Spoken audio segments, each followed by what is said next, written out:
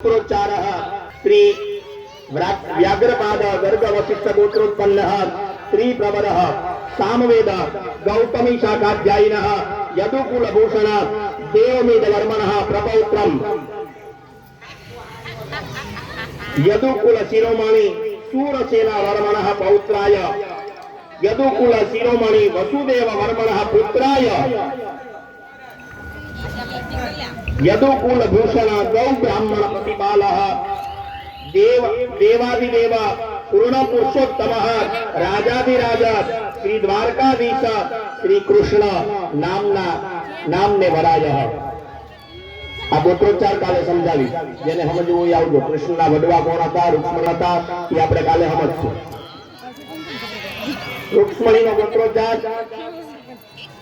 श्री साल्कायन गोत्रोत्पन्नः पंचप्रवराः शुक्ल यजुर्वेदीय शाखा मैत्री शाखाध्यायिनः विदर्भ कुल शिरोमणि वेलपाद प्रपौत्रीम् विदर्भ कुल शिरोमणि नृसिंह